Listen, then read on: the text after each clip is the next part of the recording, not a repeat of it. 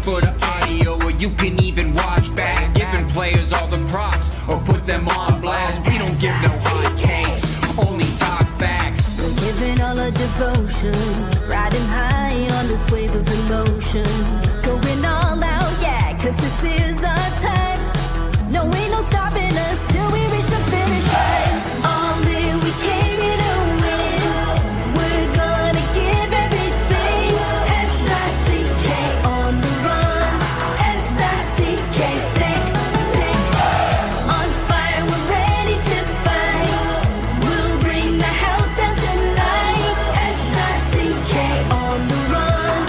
S-I-C-K, sick, sick. Play it on the car ride, play it when you lounge. X and O, you know that we can hold it down. Shout out to my man Sammy, got it off the ground. And to all the listeners tuned in right now, got debates, analysis, and speculation. This is sports talk for the new generation. You know where to find us, got a reputation. Sick podcast, your #1 sports destination. Giving all our devotion, riding high on this wave of emotion. Going all out, yeah, cause this is our time. No, ain't no stopping us till we reach the finish line. All in, we came here to win. We're gonna give everything. S-I-C-K on the run. S-I-C-K, sick, sick. On fire, we're ready to fight. We'll bring the house down tonight. S-I-C-K on the run.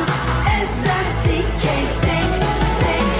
S-I-C-K is the sickest podcast. Tune in for the audio, or you can even watch back. Giving players all the props, or put them on blast. We don't give no hot takes, only talk back. S-I-C-K, S-I-C-K, S-I-C-K,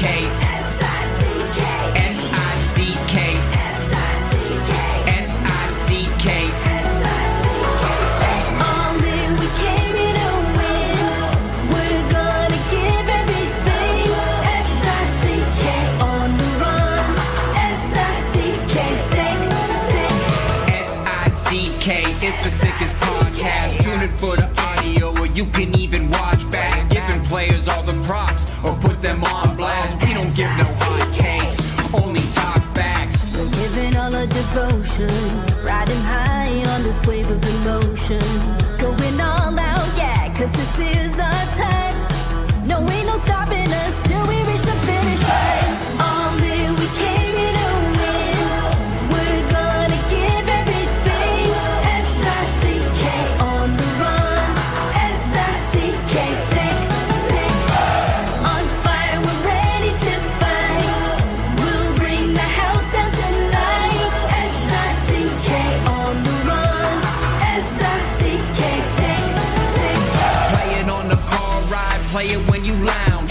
X and O, you know that we can hold it down. Shout out to my man Sammy, got it off the ground. And to all the listeners tuned in right now, got debates, analysis, and speculation. This is sports talk for the new generation. You know where to find us, got a reputation. Sick podcast, your #1 sports destination. Giving all our devotion, riding high on this wave of emotion. Going all out, yeah, cause this is our time. No, ain't no stopping us till we reach the finish line. All in, we came here to win. We're gonna give everything. S-I-C-K on the run. S-I-C-K, sick, sick. On fire, we're ready to fight. We'll bring the house down tonight. S-I-C-K on the run. S-I-C-K, sick, sick.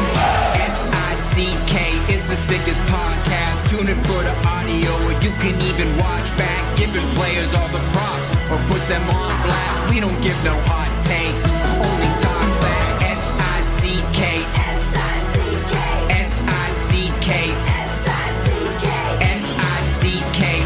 S-I-C-K. Turn up your volume. Because you're about to listen to The Sick Podcast. With Tony Marinaro. 55 seconds left in the penalty, a minute and 27 seconds left in regulation time. Boston 4, Montreal 3. Lafleur coming out rather gingerly on the right side. He gives it into Lemaire, back to Lafleur. Oh! The sickest Montreal Canadiens podcast. You're in the fall! Sports entertainment like no other. Rejoint, on lui fait perdre la rondelle, une passe devant. Et c'est le dégagement et ce sera la victoire des Canadiens. Coupe Stanley pour les Canadiens. Le 23e de l'histoire. You found the dogs! John, you found the dogs! He found the dogs! And all together, they worked a young team to the top. And now, a 24th Stanley Cup banner will hang from the rafters of the famous Forum in Montreal. The Canadiens win the Stanley Cup. Brought to you by Energy Transportation Group. Driven to be different. La Vida Tibi. Embrace your true nature. And Playground, your premier gaming destination. It's gonna be sick.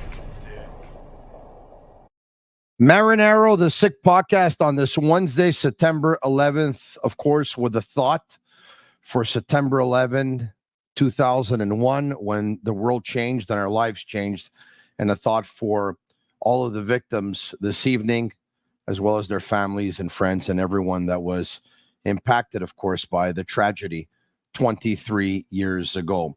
It is the Sick Podcast, and we are on weeknights at 10 p.m. You're watching on YouTube, on Facebook, and on Twitter. And the Sick Podcast is brought to you in part by Energy Transportation Group, a leading full-service logistics provider serving all of North America, driven to be different. Also brought to you in part by Bittt Tibi. They launched their new Ultra Lager. It's a refreshing, thirst-quenching beer, perfect for the hot summer days with only 90 calories, 2 grams of carbs, 4% ABV per can. Available in a pack of 6 and a pack of 12 in grocery stores all around the province of Quebec. It's ultra light and ultra refreshing. Also brought to you in part by Playground. Step into the world-renowned poker experience at Playground, where free food and drinks, a cash game tables, a bad beat jackpot that is over $2.1 million. Weekly promotions, daily tournaments, unmatched customer service await you. Why play anywhere else? Just minutes from downtown Montreal, right across from the Mercier Bridge, which is Playground, of course. And as you know, earlier today, the Montreal Canadiens rookie camp opened up. But today, day one, was a day, of course, of medicals and physicals, which is what caught the attention, of course, of everyone. And the other thing, the scoreboard was put up a couple of days ago. We had a chance to see images by now. I had a chance to see it up close and personal. And also the Canadiens, their new sheet of ice at the Bell Center is ready to go for the upcoming season with all of their partners and all of their sponsors, of course. It's going to be a busy week for the Canadiens. We're going to go up against the Toronto Maple Leafs prospects, and you'll be able to watch the game on television as well. And the Montreal Canadiens, unveiled their list of players who would be at the rookie tournament. Forwards, or the rookie camp, forwards Owen Beck, Jared Davidson, Sean Farrell, Emil Heineman, Riley Kidney, Justin LaRose, Philip Meshar, Israel Mianskum, Logan Ejoff, Maxime Pellerin, Charles Savoie, Tyler Thorpe, Luke Tuck, and Florian Jacquet. On defense, Emmanuelson Charbonneau, Adam Engstrom, Lane Hudson, Logan Mailloux, Simon Mateu, Owen Protz, David Reinbacher, and Samuel Richard and Matteo Drobak in goal, and Conte Miller, who was hurt a couple of days ago. So those are the players that will take place, of course, take part in the rookie camp. It was medicals and physicals today. And, all of it will be under the supervision of Laval Rocket head coach Pascal Vincent, who had a chance to meet with members of the media today and talk about, a lifelong dream of wearing the logo and the colors of the Montreal Canadiens. And so he did that. And, of course, he was also asked about Patrik Laine, as you think he would have. Let's bring in, he's a regular collaborator during the hockey season on Wednesdays. Without further ado, TSN hockey analyst, director of scouting, Craig Budden, how are you? I am really good. You mentioned about the medicals and testing, physical testing taking place, which is a sure sign. It's a sure sign that hockey is right around the corner. And I saw I saw a couple of people that were part of the Calgary Flames golf tournament on Tuesday, and that's a kickoff for the training camp, and a lot of players are part of that. And today's the testing for the rookies before they take off, and everybody was talking about how you don't even have to hear them talk. You can just see it, how excited they are. It's almost like their feet aren't even touching the ground. In previous years, the Canadiens golf tournament was at around this time, usually on a Monday or a Tuesday, so either like yesterday or the day before. This year, it's actually going to be next week on Monday, September 16th. So we look forward to that. I want to talk to you about some of the things that Pascal Vincent said when asked about Patrik Laine. First of all, he started it off by saying that, he joked that he and Laine follow each other. They were both in Winnipeg. Vincent went to Columbus. Laine followed. Vincent left Columbus, and Laine followed, and both end up in Montreal. So he joked about that. And, of course, Pascal Vincent with the Laval Rocket. But he was asked, what didn't work. And he said, a player goes through highs and lows. And he says it's, as a coach, is our job to try and get the most out of the players. But then he was asked, why hasn't it worked for Laine in Winnipeg long term? And, why didn't it work for Laine in Columbus? And he basically said, well, there's a couple of things, but sometimes, for a player, it's just not the right time and it's just not the right place. And he said probably for him, it just wasn't the right time or the right place. But then he was asked, and the reporter got to the question right away, which I was a little bit surprised. But how about you? What have you learned from benching him? And he was a little bit surprised by the question. And then he said, look, benching a player is case to case. Everyone's different. But sometimes when we do stuff like that as well, don't forget their organizational decisions. But I realized all this. What I learned is that communication is very important. So, but, he was asked about benching Laine, Craig, but he also went out of his way to say that Laine is probably the most talented player that he's ever coached, and that the Canadiens got themselves a heck of a hockey player, that he's happy to be in Montreal. Laine is. So, you wonder, the benching of the player. It's not because a coach benches a player once or twice. It doesn't mean he doesn't love him, right? You're exactly right, Tony. We take there's all kinds of forms of what I would call critical feedback. And there's critical feedback about hearing what you're not doing well, and then the constructive feedback of what do you need to do better. There's the video feedback. There's the public feedback. Players, I don't think any players say, oh, we don't really pay attention. They might not be paying attention in the moment, but they hear about it. Everybody hears about it eventually. They might hear it firsthand. They might hear it secondhand. They might hear it thirdhand. They hear it in the arena at times with booing. So that type of critical. And then when a coach gets to a point where he says, you know what, I'm sitting you out. I mean, that's a hard decision for a coach, especially with top-notch players. And it's not taken lightly. And it's not Pascal Vincent didn't just wake up one morning and go, yeah, I'm sitting out Patrik Laine tonight. There's a process that is unfolded till you reach that. What I would say is your least desired option. Let's put it that way. And coaches learn too. Okay, how do they respond from that? How are they feeling? What's the player thinking? Certainly, any good coach, I shouldn't say any coach is always thinking about the consequences of taking what I just said is the least desirable approach. Because there's always going to be that feeling that it stings, and it should sting when a player, especially a top player, is taken out of the lineup. But trying to make sure that you continue through by helping the players understand, okay, here's what we're going to do. I'm going to share something that happened with Nikita Zadorov when he was with the Calgary Flames. Yeah. And he joined the Flames as a free agent, signed, and I think he played 2 games, maybe 3. I'm not sure the exact number. Daryl Sutter was the coach, and he sat him out. He sat him out 1 game. He sat him out 2 games. I know the number ended up being 8, 9, 10, somewhere around there. Mm-hmm. Nikita Zadorov got back in the lineup, and he really played. Nikita Zadorov said after he was sat, after that period of time, he said, Daryl Sutter and the coaching staff spent time with me every single day trying to impress upon me what they needed from me and what I needed to do. And it wasn't like just I was banished to the press box and nobody paid any attention to me. He goes, and when I got back in the lineup, because I understood that what they really wanted was for me to be the best I could be, to help the team be the best it could be.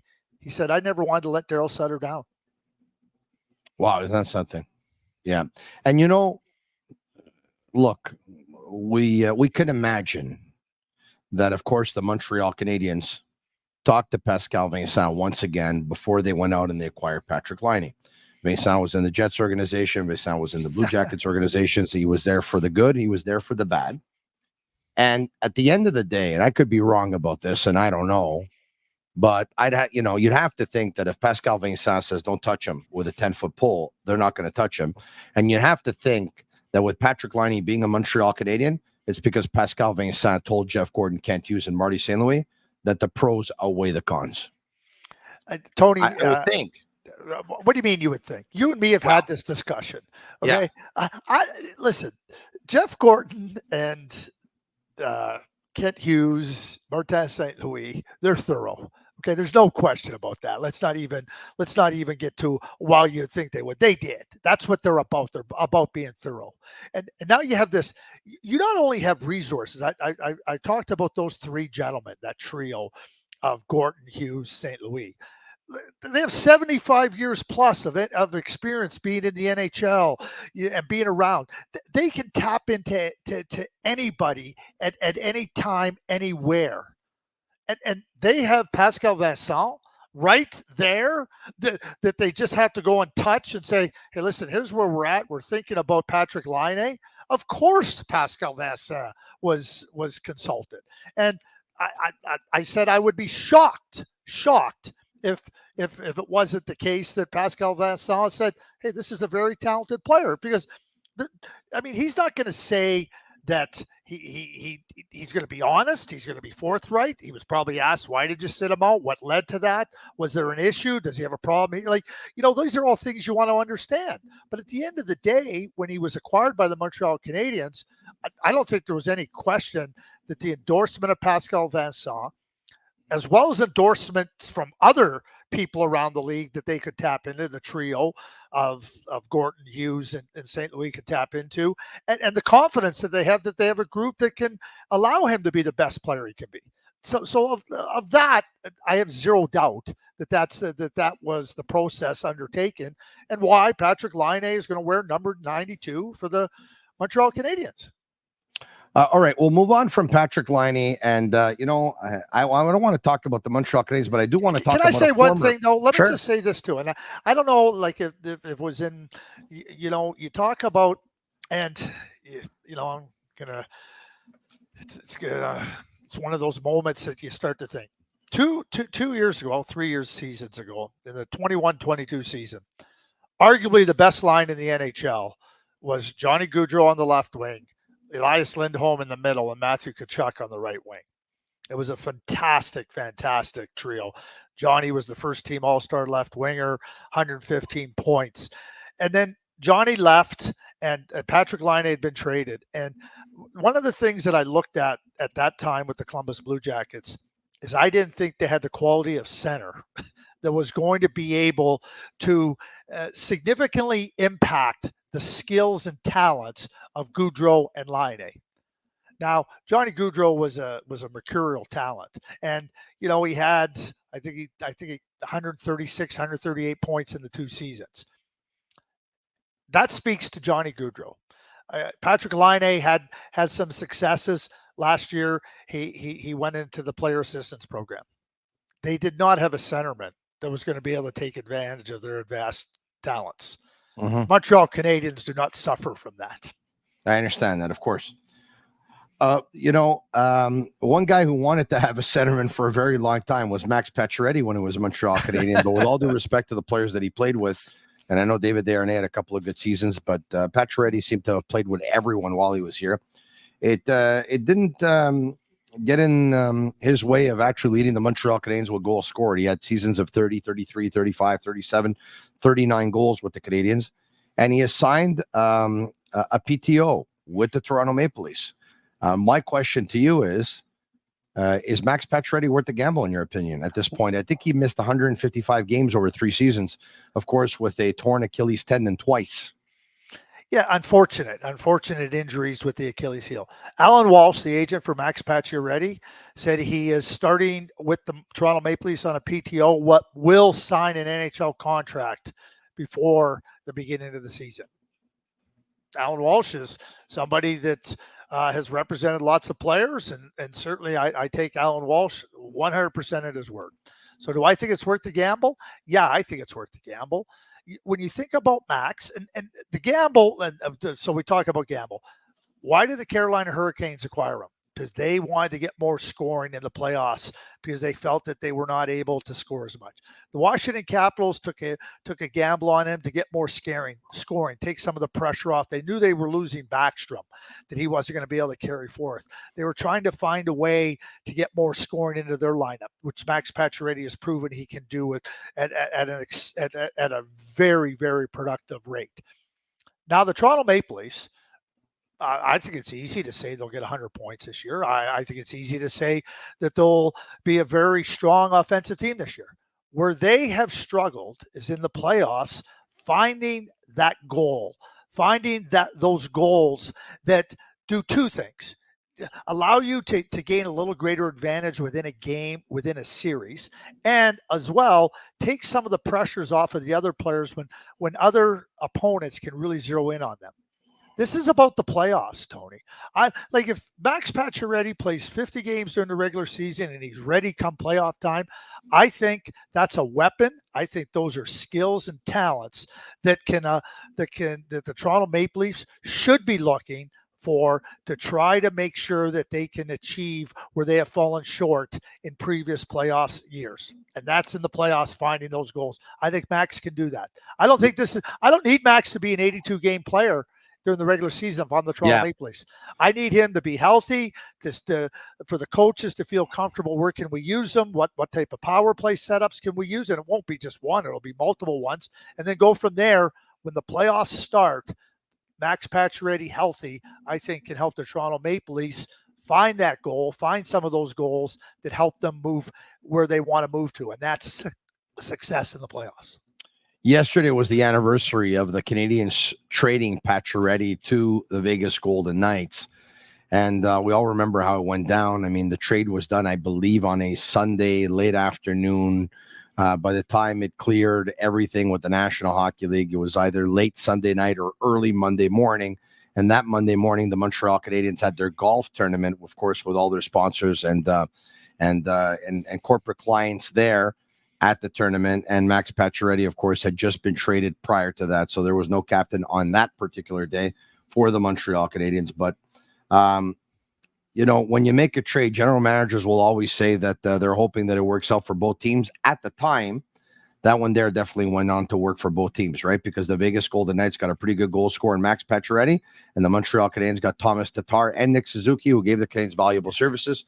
Tatar has since moved on a couple of times, but Nick Suzuki, of course, now become the number 1 centerman of the Montreal Canadiens. And when Marc Bergevin made that deal, the player that he asked for was Cody Glass. And the Vegas Golden Knights said, you're not getting Cody Glass. Who we will offer you is Nick Suzuki. And Bergevin checked with Trevor Timmins, and Timmins said, yeah, you know what? Okay, I think he could be good too. But I think everyone thought that Cody Glass was obviously better based on where he was drafted.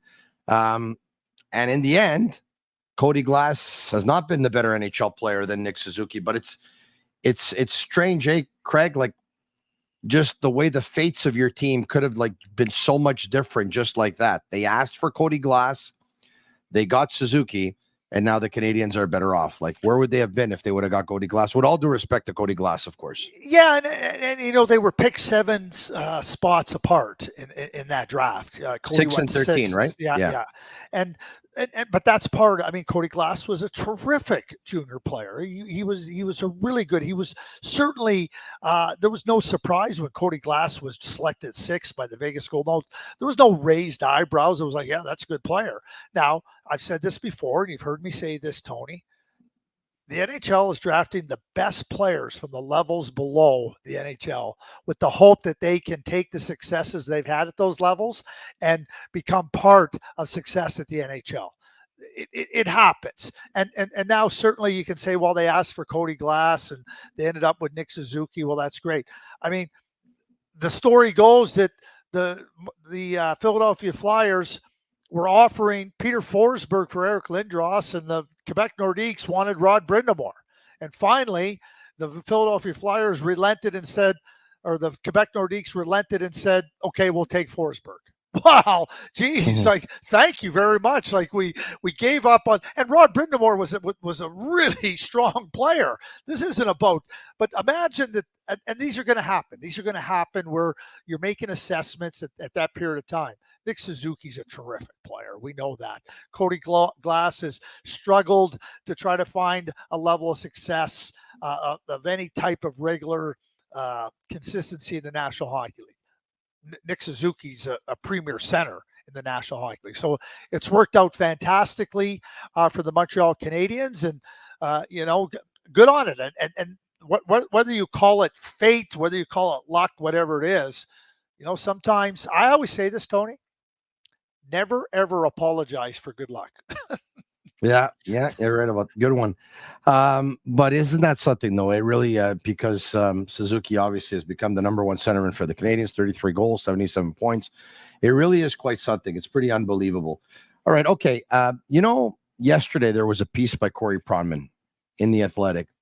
I don't know if you had a chance to see it, but it really caught my attention. It caught a lot of people's attention across the hockey world because Corey looked at the prospect pools for teams and ranked them based on if he thinks those prospects could end up leading to a Stanley Cup for those respective teams.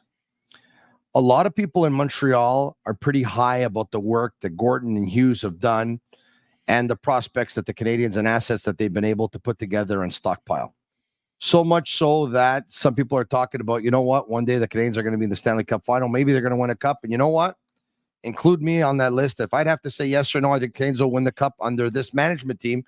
I'm going to go with the yes. But I have to tell you, I was very surprised when I woke up yesterday morning, saw that article, and saw the Canadiens ranked number 9 in terms of prospect pools with players who give you the best chance to win the Stanley Cup. Number 9. Off the top of your head, and then I'll tell you who the list is. Who would make the top 3 in your list out of all the teams, Craig? I'm going to go back in time. I'll be straightforward with you. I think it's if you're looking at a prospect list and you're going to try to predict who can win a Stanley Cup with that prospect list, I mean, the opinions are going to vary over things. So I'm going to take you back in time. So imagine a prospect list. Montreal Canadiens have a prospect list of Patrick Roy, Claude Lemieux, and Stéphane Richer, and Chris Chelios, because Chelios. Imagine, like, what would the people be? Oh, you're not going to win with Patrick Roy, 3rd round draft pick. Claude Lemieux, 2nd round draft pick. Oh, Stéphane Richer,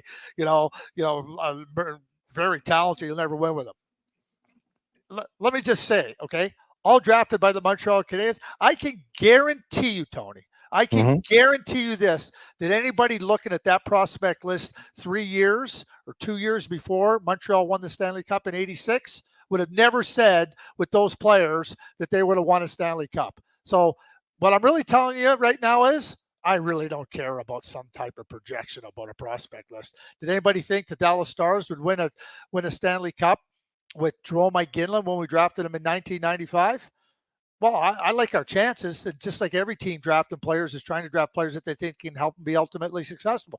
We traded Jerome for Joe Nieuwendyk, and believe it or not, people around the NHL said, wow, that wasn't a very good trade for the Calgary Flames.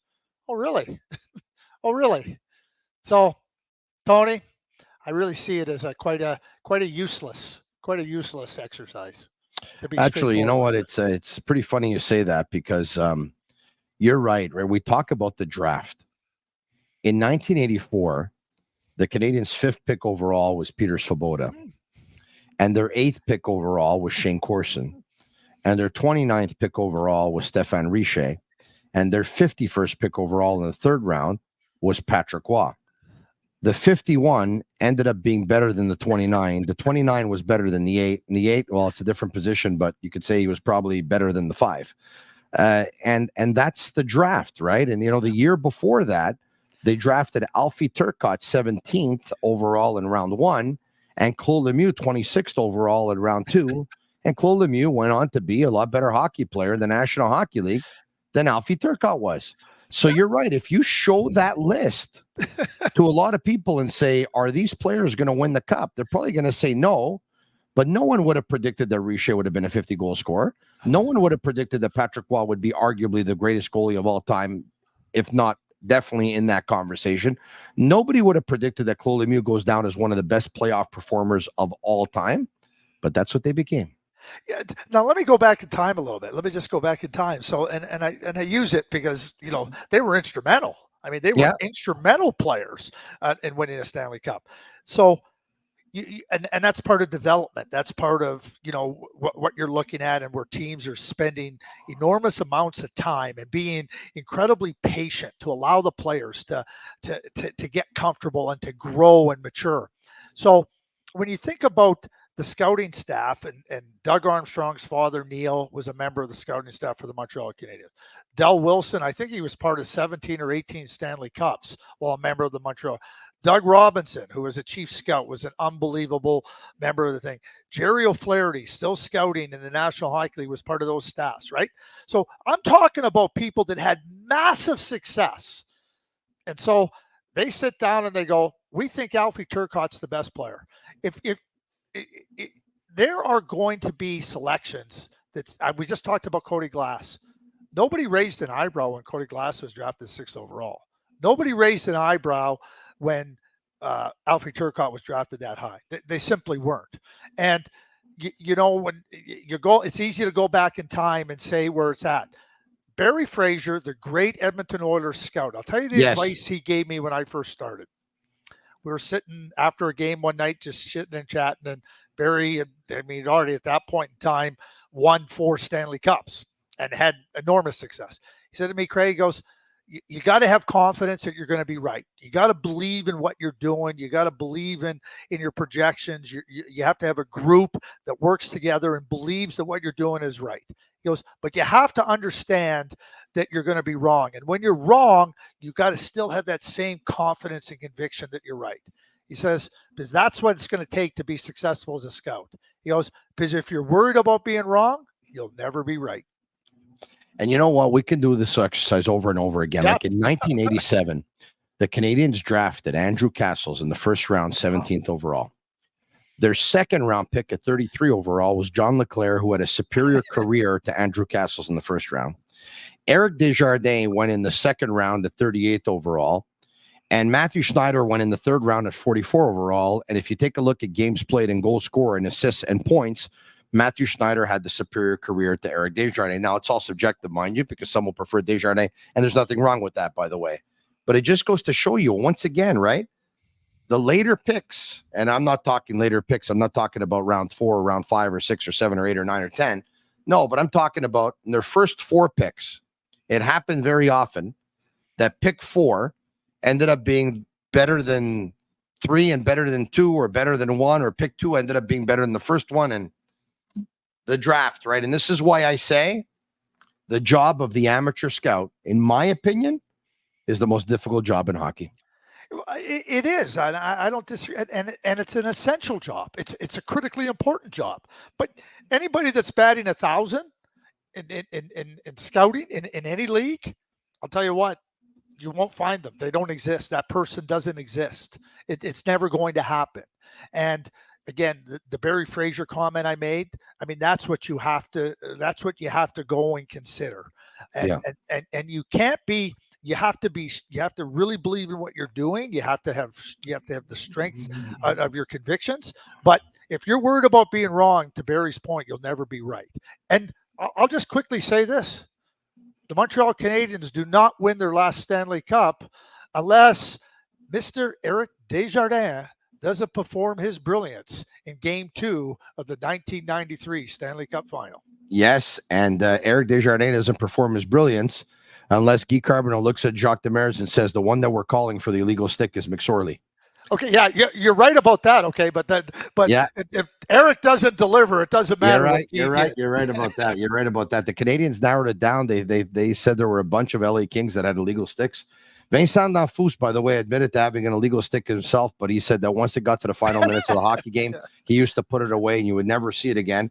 But the Canadiens were hesitating between Robitaille's stick and McSorley's stick, and in the end, it was McSorley's stick that they went with, and it was an illegal stick. And of course, Jacques Demers pulled the goalie a little bit earlier to give himself a 6v4 man advantage. Canadiens tie it up, and then they go to overtime. Eric Desjardins already had 2 in a 2-2 game, and he ends up scoring his third, a hat trick and a 3-2 win. And then John Leclerc scores the overtime winner in Game 3 and 4 in Los Angeles. Canadiens come back to Montreal with a 3-1 series lead in Game 5 at the Old Forum in Montreal. Paul DiPietro scores 2 goals en route to a 4-1 Montreal Canadiens win. And the great Bob Cole said, "And now a 24th Stanley Cup banner will hang from the rafters of the famous Forum in Montreal. The Canadiens win the Stanley Cup." What a recap, Tony. That's a brilliant recap.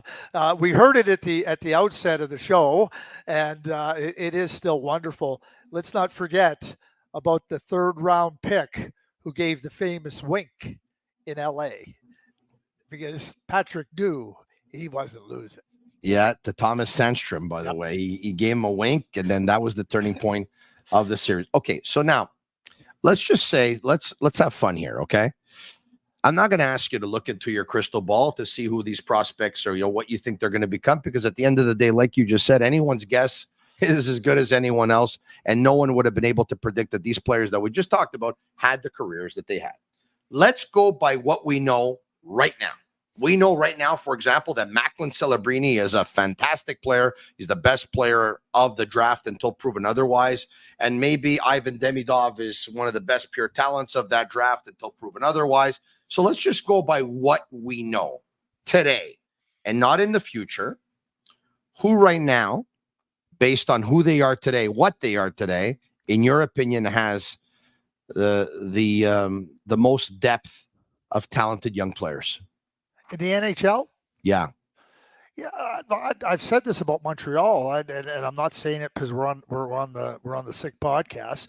I've said this: the prospect cupboard is full, and all the shelves that are necessary to be a successful team have players on those shelves, and so now development becomes a really key part of this, and that's certainly something that teams have to be not only cognizant of, but really determined to give those players every opportunity to be the best they can be. I think Montreal absolutely is right there. There's a lot of work to be done, and Mike Greer knows this in San Jose. They have Macklin Celebrini, they have Will Smith. When you start to look at center ice position, number 1 centers, I think, call them 1AA Celebrini, 1A Will Smith. That's a luxury, but that's a number of years off. I think the Anaheim Ducks have a really good group of young players. So do I. I like Anaheim. Yeah. I like Anaheim. So they're going to have to continue to move forward. They're going to have to continue to show that they can. Let me take you back in time here a little bit. The Buffalo Sabres have missed the playoffs for 13 consecutive seasons. It's unbelievable. 13. That's unbelievable. It really is. It almost feels like it's as difficult to miss the playoffs 13 seasons in a row as it is to make the playoffs 13 seasons in a row. I'm ready to say 14, by the way, but go ahead. Okay, which is fair. But a lot of good young players have been through that organization for during the course of these years, and some of them who were drafted high, Eichel, Reinhart, to just name a couple, have gone on to win Stanley Cups other places and be real critical players on those Stanley Cup winning teams. Yeah. I think the Detroit Red Wings have a good group of young players. And so, this is just what you're talking. The Calgary Flames now are going to try to build up their prospect cupboard. So in 3, 4, 5 years' time, they can find themselves. That you can have a plan in place. And you need to have a plan. Then you need to execute on your plan. But then most importantly, you need to be right on your plan. Like, it's great to say, here's our plan, and then you execute it, but you got to be right. Because if you're not right, you're going to fall on some really, really difficult and hard times. I also believe the Utah Hockey Club has a chance to take some steps forward. They've gone through, and I think that where they're at now with an owner that is giving them lots of resources now to really push forward in their development and everything. Yeah. I think they have a chance. So those are the teams off the top of my head. We've been talking about Ottawa. We've been talking about Buffalo for a number of years now. I'm going to use a Ken Holland line. I'm from Missouri. It's time to show me. So I hear where you're coming from, and you say, development comes into play, time, patience, all that things. I understand all of that. I'm going to put you on the spot here in the last couple of minutes, if we can. In your opinion, who has a better prospect pool, the Montreal Canadiens or the Ottawa Senators? And then tell me like what the difference maker would be either way. Well, I mean, when I look at a top line of Slafkovsky, and we saw the enormous strides he took forward last season. Nick Suzuki, Cole Caulfield, a healthy Kirby Dach. You look at what Patrik Laine is capable of doing. I think they have a blue line that has the potential to do a lot of positive things. What I see is I see significant impact players in Montreal. I see a lot of depth. And right now, I think that the blue line in Ottawa is a lot of work in progress. There's I know what they're trying to do. Montreal, we just saw them trade Jordan Harris for Patrik Laine. Yeah. Do the Canadiens have a number one blue liner, though, in your opinion? Because that's the knock in the article by Corey, that he says that Canadiens could use a blue liner or two. He doesn't believe they have one. Some believe that Caden Gooley will be a number one defenseman. Some believe that Caden Gooley will be a number one pairing defenseman. And some are crossing their fingers and hoping that Lane Hudson will be a number one defenseman in the National Hockey League one day. Do the Canadiens, in your opinion, are they lacking a number one blue liner in their prospect pool? There's 32 NHL teams in this league. I would say there's maybe 12 teams that have a true number one defenseman. So if it's only about having a number one defenseman, what you think the other 18, or you think the other 20 to 21 teams are throwing their on? It's not about having just one player. It's not about having one player. It's about having a group of players that can meet the demands. Did the Florida Panthers have a number one defenseman? Well, you would have thought that Ekblad would have been that guy when he was drafted, where he was drafted. No. But they have a number one defenseman? No. They're the reigning Stanley Cup champions. Do they have a number one defenseman? No. I don't think they do. No, they don't have a Hedman. They don't have a Makar. They don't have a Heiskanen. No. But they have a deep team, right? They have a deep team. And certainly we can go back through it. But, a lot of people don't even know who Jacob Slavin is in the league. Jacob Slavin might not be what you would call a number one defenseman. That guy is one of the best defensemen in the National Hockey League. And he provides so much invaluable, productive play for that successful team. Adam Fox. I mean, Adam Fox is a really good player. I don't think it's just about, some teams have a number one defenseman and they're not even close to winning the Stanley Cup. If there was only one way to win, everybody would try to emulate it. There are so many ways to win, Tony. I totally what you're saying. You can have a team that has a number one defenseman and 2's not very good, 3's not very good, 4's not very good, 5's not very good, 6's not very good. He's not going to end up winning it by himself. By the way, case in point, with all due respect, the Boston Bruins and Raymond Bourque. Yeah. Raymond Bourque was a number one defenseman. He won the Norris Trophy 5 times. He's one of the top 3 greatest defensemen I've ever seen in my lifetime. And I started watching in 79, 80 or whatever. And but if he doesn't leave Boston and ask for a trade, he doesn't go to Colorado, he's never winning the Stanley Cup. Would that have made him less of a great defenseman? Raymond Bourque was one of the greatest defensemen of all time. Agreed. Stanley Cup or no Stanley Cup. Yeah. Craig, always a pleasure doing this with you. Thanks so much. We'll talk to you soon, my man. Thanks. There you have it. Craig Button of TSN and the director of scouting and their hockey analyst. Special thanks to Energy Transportation Group, Bittt Tibi Playground. Special thanks to all of you for watching. Leave us a comment like sick if you enjoyed it. Share it with your friends. And subscribe to our YouTube channel if you haven't already. And leave us a 5-star review on Apple. It's our way of feeling the love. For Shane Gamoa, Master Control, thanks for watching, everyone. I'm Marinaro, the Sick Podcast. And that's a wrap. Hope you don't miss us too much until next time. Follow The Sick Podcast with Tony Marinaro on YouTube, Instagram, Facebook, Google Play, and Apple Podcasts. The Sick Podcast is brought to you by Energy Transportation Group, driven to be different. TB. Embrace your true nature. And Playground, your premier gaming destination.